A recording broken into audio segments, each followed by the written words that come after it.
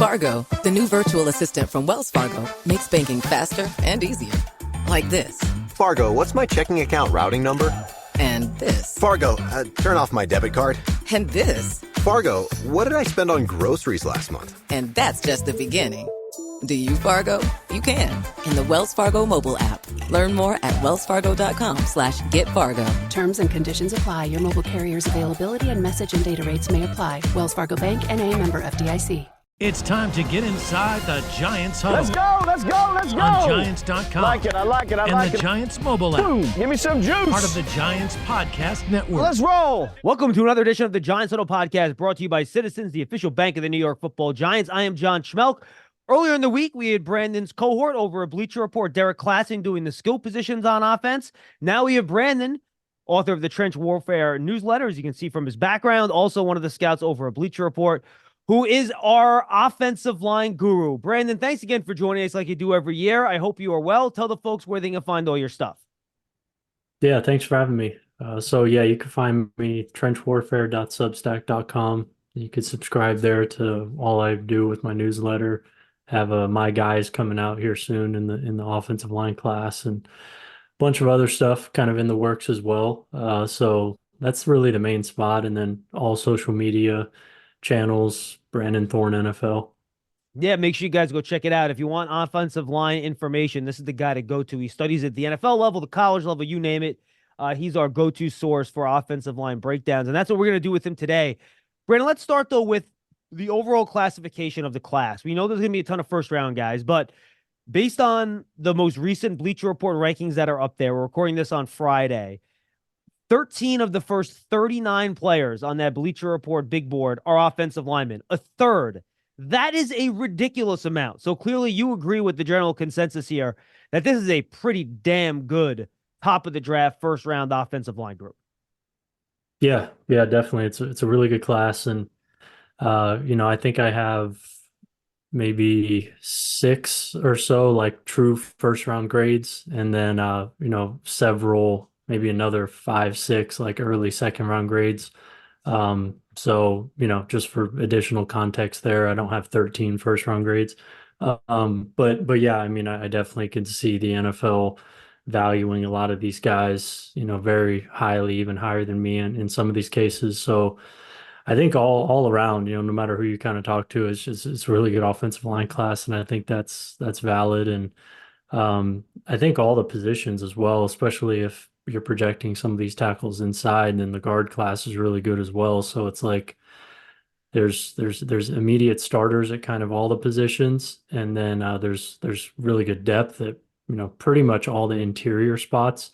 There's never really any depth at tackle, and I don't know that there is in this class either. Maybe 1 or 2 guys you can get like in round 3 maybe, but after that, yeah, it's tackle drops off as usual. All right, so let's talk a little bit about a couple of those guys that you think might be able to bounce in. In the rankings I'm looking at, you have both Tala'ese Fuanga and Troy Fautanu listed as interior offensive linemen, not tackles. Is that just you think that's where they would play best, or do you think because of their inability to stay outside, they'll have to be moved inside the guard?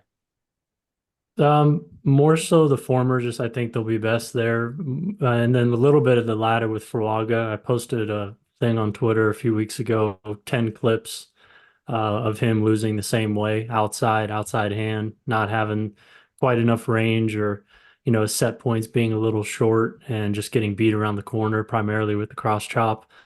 It happened probably a dozen times last year, maybe a little bit more. I put 10 of them up there.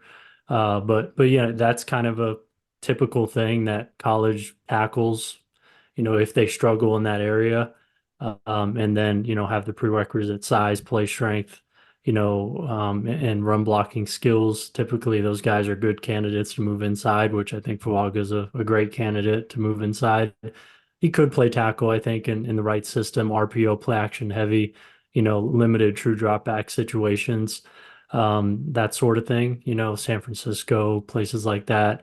Yeah, he could play right tackle, but I think in the most schemes, the most systems, he would probably be best long-term at guard.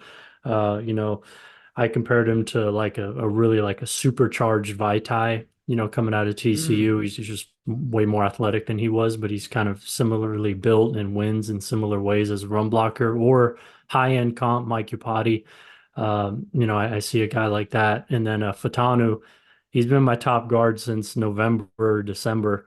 So yeah, he was just one of those. He's one of those six I mentioned that are like true first round grades for me. I think he's in my top four. I think he's one of the four best offensive linemen in this class, no matter where you want to project him. So I'm just a little bit higher on him, than Fuaga.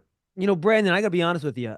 I thought I was going crazy because I've said the same thing about Fuaga for a couple of months now. What got turned me on to it? Me and you actually hung out for a little bit at the Senior Bowl, and I saw in 3 straight plays that Adisa Isaac during the team portion. This was one-on-one. It was the team portion. 3 straight times he beat him with a quick speed rush outside, and it made me think, all right, well, you get him once, that's fine, but 3 straight times. So I went back and I watched, and I thought maybe I was being a little bit biased because I've seen Evan Neal struggle getting width and depth on his kick. And I'm like, well, maybe I'm seeing something that's not there. But I really do think that against really pure speed guys at the NFL, he's going to have trouble getting out there and matching their speed if they really rush wide out of that 9 technique. Yeah, particularly with, not a lot of help either, which credit to the NFL and a lot of these systems, they're providing a lot of help to tackles. So with that said, I think, you can make a pretty strong case that he should stay outside. I just think it's kind of a no-brainer in terms of getting the most out of him, getting the best version of him long-term would probably be a guard. So that's where I kind of lean projecting him. But, with the note that, yeah, he could possibly play tackle too. But yeah, some of those situations, real high leverage situations where you're facing a really good pass rusher, and you aren't provided a lot of help for whatever reason, maybe the other side needs it or whatever, or it's just such an obvious pass situation that it's tough. Those nuanced situations, yeah, I think you probably would struggle. And then some of the less nuanced ones too. I mean, it's on the Senior Bowl tape, like you mentioned, and then it's on his film too in college. So it's really not like a big secret. I don't know that it's been talked about quite enough, but yeah, it's there, I think. But he might be the best run blocker in the class. So, he's a really good player. Yeah, so that's kind of how I feel about him. Yeah, I wasn't trying to kill the player. I think he's a good player too. I think you're right. I just don't think enough people have mentioned that. When, on the other hand, people have gone out of their way to kill Olu Fashanu for a couple of bad snaps against Ohio State, against a guy that's going to be a first-round pass rusher, one of which he gets beat because he thinks a twist is coming and it's not.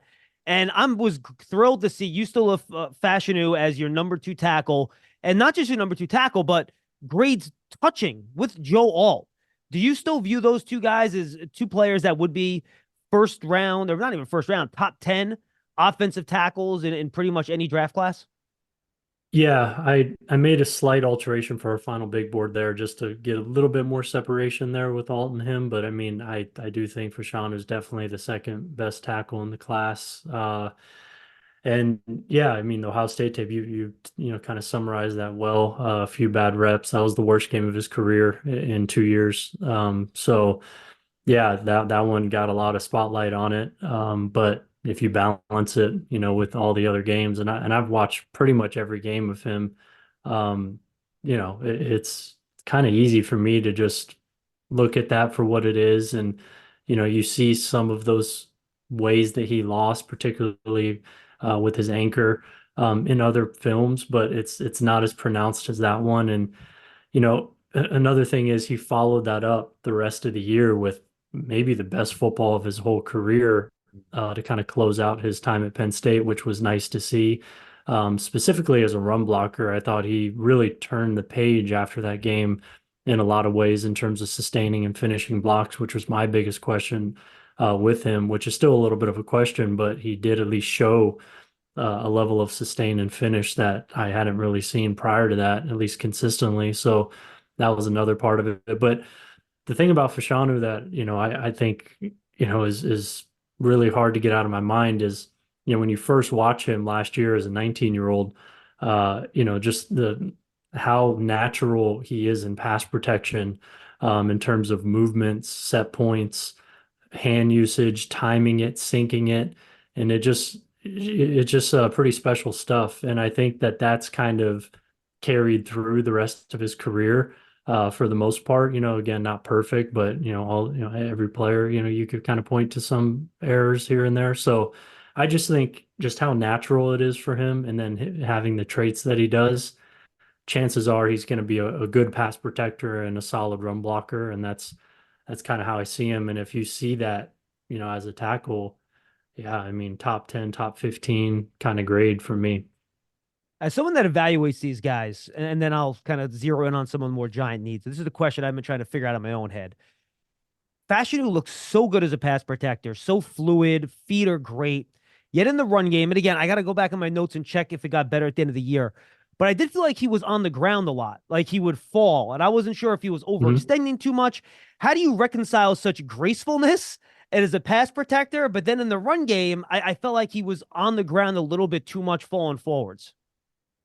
Yeah, definitely. And that was the biggest concern for me, So I think it's kind of a case by case basis, but I think if you want to kind of find a through line, throughout his film, a lot of it I think is footwork based and aiming points and landmarks in terms of fitting on, the initial first phase of the block, and not that part of it not always being clean. And that just kind of puts him in a compromising position from the jump. That happens quite a bit. So he doesn't really align targets very well. And I think that starts from the ground. So he's just kind of an unrefined run blocker in terms of footwork specifically. And then, I think that's really what hurts him, and if you can't get the first phase of the run block right, the second and third phases, chances are they're not going to be there. So I think he just needs work, there. And I think that can develop, especially considering he's relatively inexperienced, very young. Those are sorts of things that could be developed, but I don't know that he's, that powerful of a guy. And his play strength, I would say, is, good, at best. So I don't know that I see like a very good or elite run blocker here, ever. I just don't, but I do think he could be functional to, above average. So I think that's what you're hoping for. And I think if he gets some things cleaned up with his footwork, I think he can get there. I look at him in some kind of a similar mold as, my comparison, from last year is DeBrickashaw Ferguson, and I just stuck with that. I think that's the high end comp for him, maybe like a Ryan Clady, that kind of guy who are more, I don't want to say finesse, but kind of, they're guys who traditionally fit more in sort of a zone type of run scheme that, would really excel in pass protection, and that's their calling card. Those two guys, being like kind of the best examples of that. But, that's kind of how I see, probably the most likely outcome for him is one of those two kind of guys, maybe somewhere in the middle. And yeah, so we'll see, but I'm pretty bullish on him. You love turf. You're good at it. So you start a turf biz. Business grows, your savings grow. Become the most celebrated name in turf. Are you ready for all that life brings? Giants Huddle Podcast is brought to you by Citizens, the official bank of the Giants. From game day to every day, Citizens is made ready for Giant fans with insights, guidance, and solutions. Learn more at citizensbank.com. We're joined by Brandon Thorn from Trench Warfare. Brandon, want to touch on Joe Alt here, because if the Giants don't go quarterback or receiver at 6, I think the only other guy that really makes sense for them would be Joe Alt. Now, here's the trick. They got Andrew Thomas at left tackle. They ain't moving him. How would you feel if the Giants chose Alt at 6, but then had to move him over to right tackle? Do you think that should be something that should stop them from making that selection? I know he was used in an unbalanced line at Notre Dame. I saw it on tape a lot. Como kind of as that extra tight end on the right side next to their right tackle. How do you view him if he does have to get moved to the right side in his first year in the pros? Yeah, I mean, pretty much like most of these guys. I mean, if you move them, this is a very young class at the top, and I don't see a problem with moving him. There's nothing on film or that I've heard that would suggest a move, especially if you let him know right away and he has the entire spring and summer to do it. Yeah, I would probably have no concern with that at all. Good, simple answer. All right, so I'm going to assume for a second that those 13 guys that you have in the top 39 for Bleacher Report probably are not going to get to the Giants at 47. Maybe Jordan Morgan, and that's a guy we haven't talked about a ton, Brandon, and I think he's an interesting guy who played tackle at a pretty high level in college, but you do see his length, his lack of arm length, get him in trouble a little bit. You have him projected as a guard. Do you think he's strong enough to step in and play guard right away, or is that something he's going to have to develop a little bit more before he becomes a high level guard at the NFL level? Yeah, I mean, I don't know that I guess it depends on what you say by high level, like all pro, I don't see that. That's high level to me. I mean, a functional guard, I would say is in the cards there. For Okay. him, he compares really favorably to me to Matthew Bergeron, and that was my comp for him coming out of Syracuse. So very similar sorts of players, I would say. I don't really have any questions about Jordan Morgan's play strength, at all. So I didn't see that. I thought the reason why he lost for the most part in pass protection was technique based and maybe athletic based. But probably more so technique, footwork. He had a really bad habit that was prevalent throughout his film of dealing with, again, wide nine sort of pass rushers that threaten him with speed rather than get to his spot and stay square with good weight distribution. He would oftentimes lean, open up prematurely, and then therefore create a soft inside shoulder and be very vulnerable to losing across his face against inside power moves. And the USC tape, from what I remember, Braylon Trice, tore him apart. And it happened several other games as well, I think, against even lesser opponents.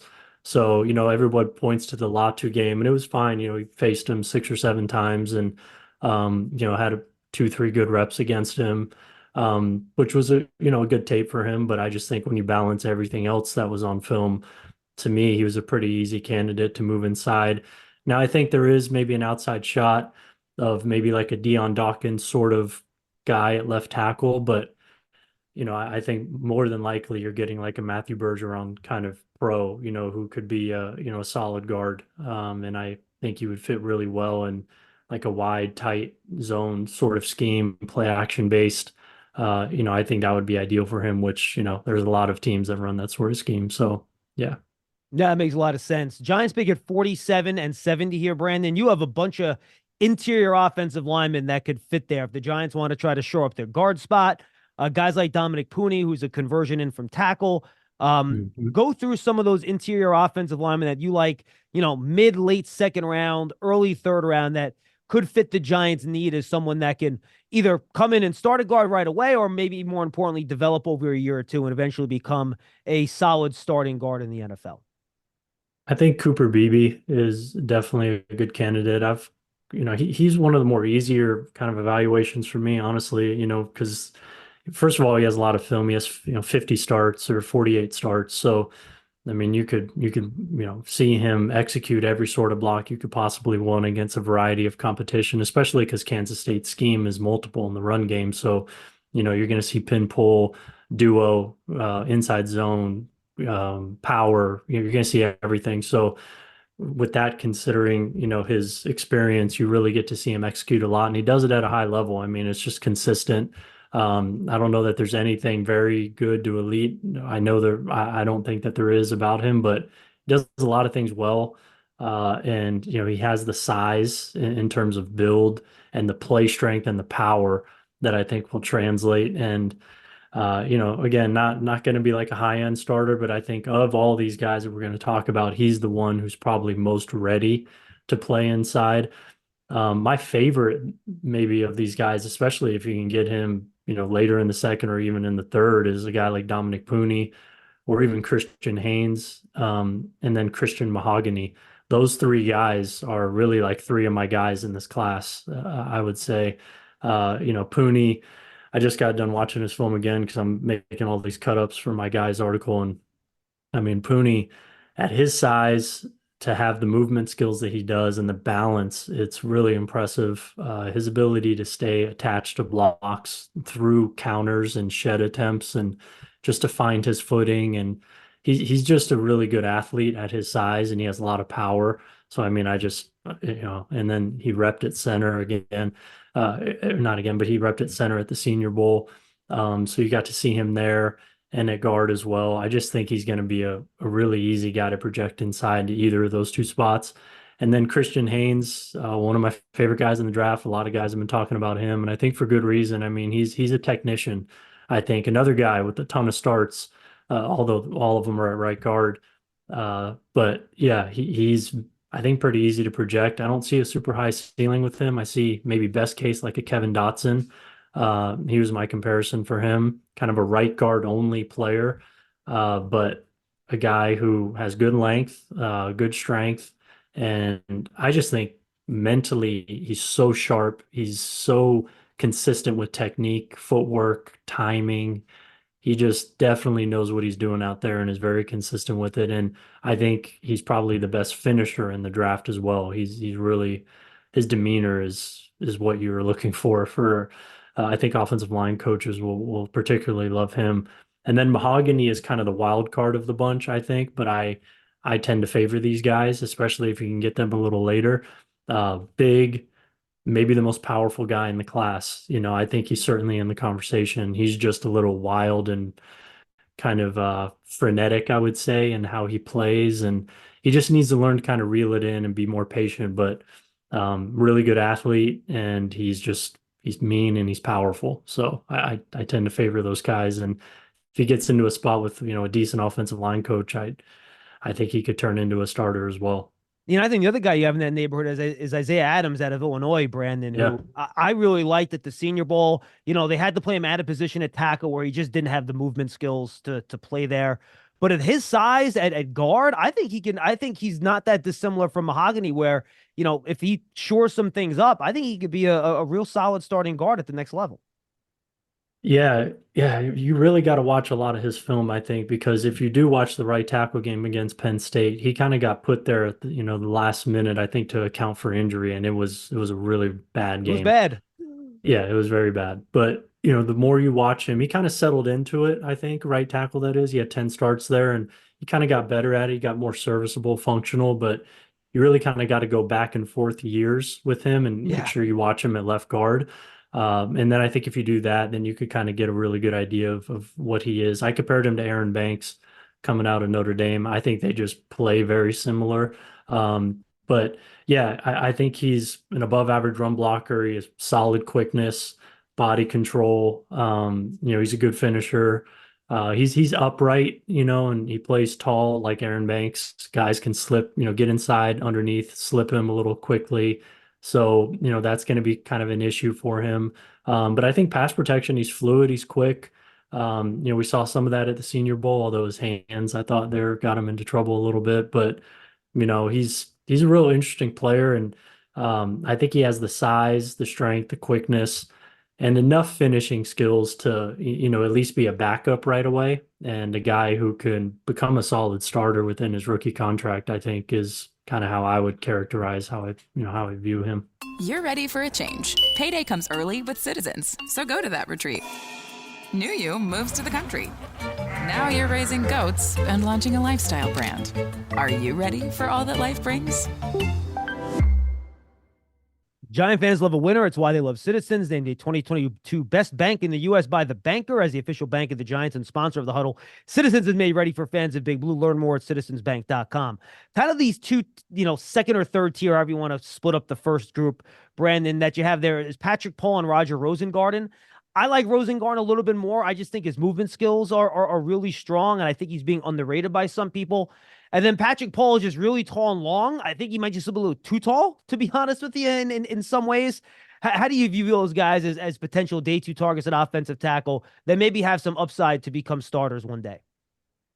Yeah, so Patrick Paul, I mean, I like him a good amount, even though I have, a grade on him that's, more like third round.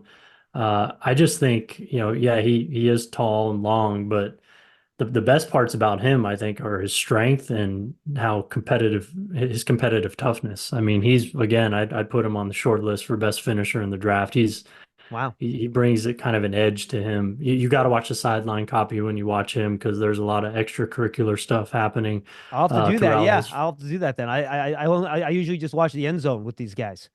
Yeah, I mean, you watch the end zone, but then if it cuts off and you don't get to see the finish, which it happens a lot, you got to just watch his finishes because he's going to bring an edge. He reminds me a lot of Braxton Jones in that because Braxton Jones is the same way. He's very physical, very aggressive, and very strong. And I think Patrick Paul is all those things, but his technique needs a lot of work in pass protection, specifically strike timing and hand placement. It was an issue in college. Lets guys get inside of him way too often, which allows you to see him get into compromising positions and get out of them fairly well. But in the pros, he's just going to have to clean that up. You can't get into that many positions. So hand placement is really the big thing with him.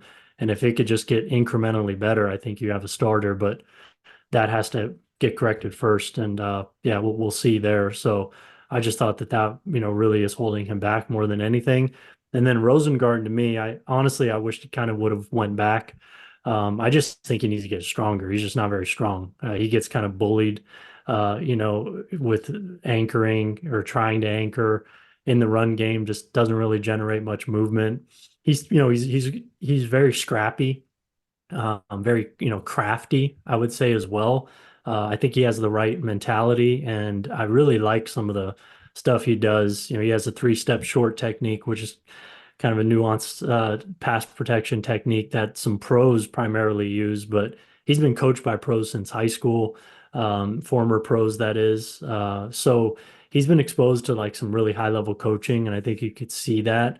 But I just think he just needs to develop. He just has to get stronger. So I don't know that he's going to be able to deal with the bull rush, right now, in the NFL. So that's my biggest question. But over time, if that happens, I think he could potentially start. But I see more of, a definite kind of swing at best, until that happens with him. You mentioned some of the technique stuff with Morgan and with Patrick Paul. Two other tackles that I think physically, Brandon, can rank near anybody at the top of this class is Suamataia from BYU and Guyton from Oklahoma. Boy, they move so well. Suamataia, I think, plays with a real good nasty streak. He likes to just bury people in the run game. But boy, in pass protection, their hands, they're just not in the right place ever, especially Guyton. Is that something that you think when you scout these offensive linemen, that is the best chance of being corrected? Getting your hands high, getting them inside, things like that. Is that something that you think with the right coaching you can fix at the next level? Yeah, I mean, to an extent, I think you really have to look at the player because oftentimes when the hands are bad, the feet are too, in terms of positioning. So you really kind of have to dissect those. And I think with Guyton in particular, he's just one of the more inexperienced guys in this class. Him and Amarius Mims is obviously the one that everyone talks about, but Guyton he's a one-year starter. He played defensive line. He hasn't even been playing offensive line for more than a couple years. So this guy's like brand new to the position. He's very raw. You could see it. He's another guy that, I guess if he gets drafted in the first round, this is a moot point, but, probably could have, done well for himself to come back another year. So he's one of those guys that initially it may be very up and down and kind of dicey, as a rookie, but man, to be 6'8", 320 and to move like that is, I mean, you saw it at the Senior Bowl, you see it on tape. You talk to anybody at Oklahoma, which I've gotten to talk, to some people there quite a bit about him for the last couple of years and or a year and a half or so. And like, it's just so clear that this guy is different physically in terms of with being 6'8" and how easy of a mover he is. I said in my report, he just glides on the field. So those things are great and nice, but the thing that really makes me like him is he's strong as well. His anchor is actually really naturally strong. I think you saw that at the Senior Bowl, although there was some up and down stuff there, especially against Denarius Robinson, but you see it on tape as well. So the fact that he's naturally strong, that good of a mover, that big, that inexperienced, which is kind of a plus and a minus. Yeah, I would definitely roll the dice with him in the second round. he's probably going to go in the first, but I always like to think of it like, I gave him a second round grade, but if I was scouting for Philly, he'd be a first round grade all day. If I was scouting for even like a Cincinnati where he can maybe sit, yeah, feel a lot more comfortable giving a first round grade to a guy like that. So that's kind of how I see him. And then Suamati is just kind of a little bit of a step down from that. I think, not quite as imposing of a guy as Tyler Guyton, I would say. But a high pedigree player who the flashes with him are nice. I actually saw some good flashes in pass protection using his hands, but it's just very up and down. So he's a guy that, I would be more comfortable drafting like firm second round. I don't know that I would go first, with him. And honestly, with him, considering he was, I think, the number 3 freak on Bruce Feldman's freak list, I was expecting a better athlete. When I watched him on film, I think he's a good athlete, but I was expecting like Tyler Guyton, so that's kind of why I have him at that 6th spot, OT6 for me, but definitely a quality prospect. I mean, I still like him. Final one, Brandon. I appreciate you giving us 30 minutes here. It's been fantastic. Give me one day 3 guy that you really like. That's one of your guys. And then Giant fans want Evan Neal to kind of rebound and, take the next step and become a good starting offensive tackle. What are the challenges there? What does he really need to clean up in your eyes to turn that corner and become a good starting right tackle in the NFL? So yeah, day 3 guys, there's a lot of them in this class, especially on the interior. I mean, gosh, I would throw out maybe like a Hunter Norzad, from Penn State. He's only been playing center 1 year. He's a transfer from Cornell. He's just, I think, made up the right way in terms of processing skills, competitive toughness. But then he's a really good mover. He didn't test, but you watch the film, he's a really good mover, and he just sticks on blocks pretty well. I just think he could get better. He could kind of develop into a starter at center. So he's a guy I'd throw out there, but I love the center class. So there's a lot of centers that I can, just ask me a different one, different day of the week, and I would, talk about another one. But he's one of the ones that continually kind of sticks out for me. And then with Evan Neal, I've thought about this a lot, and I think, well, first of all, first and foremost, getting healthy. Last year was, he just wasn't healthy. Most of those 7 starts I think he And had. by the way, he wasn't the first half of his. It's the second half of his rookie year. He was playing on a bad knee too. To be honest with you, he's been healthy for the Giants for like 6 games. It's been crazy. I know it's really unfortunate because he's a guy who needs every ounce of movement skill that he has. Being 360, and if you hinder that and play injured, it's just tough to get a real good read on who he can be as a pro. Now, in terms of when he is on the field and, technique wise, I think his biggest thing is learning to be patient and letting rushers come to him rather than chasing guys and falling for the stutters and the tempo and the hesitations and things like that. And that's where his Being that- balance issues come in, right? When he does that sort of stuff. Yeah, I mean, he needs to learn. Ideally, he would kind of get the DeJuan Jones treatment, although I think they're different players. The way that DeJuan Jones was used last year in Bill Callahan's scheme was he was a heavy vertical set guy. He could mix it up and go get guys, but for the most part, he's setting vertical. And what that does is it forces rushers to come to you, and you obviously need to be a guy who can anchor in that situation because you're going to be closer to the quarterback. But I think Evan Neal can anchor. So, the thing is, if you're vertical setting Evan Neal more often than not, he's not going to have to get out there on angle 45-degree sets as often as he, sometimes does.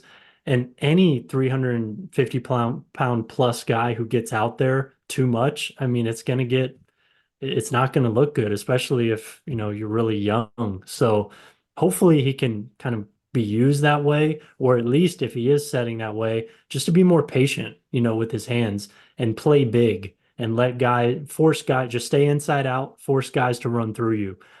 And I think that's probably his best bet. In fact, I kind of know that's his best bet. And we'll see if he could do it, if he can have that discipline with his hands to do that.